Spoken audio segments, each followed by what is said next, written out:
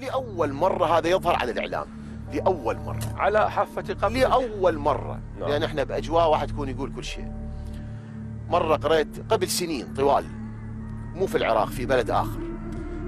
شخص دعاني على مجلس ودافعت به عن ظلامة الزهراء، سلام الله عليه، وشهادة الزهراء وكسر ضلع الزهراء، فهو ما عجب الكلام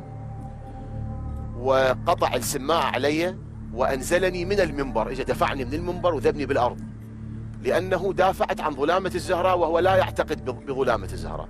فدفعني من المنبر وطردني أمام الحاضرين جلوس بالمجلس، طردني من المجلس أمامهم ودفعني أمامهم، بحيث كدت أن أسقط من الدرج مال البيت،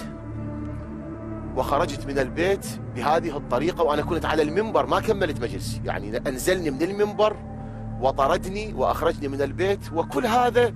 فقط لأني دافعت عن كسر ضلع الزهراء وظلامة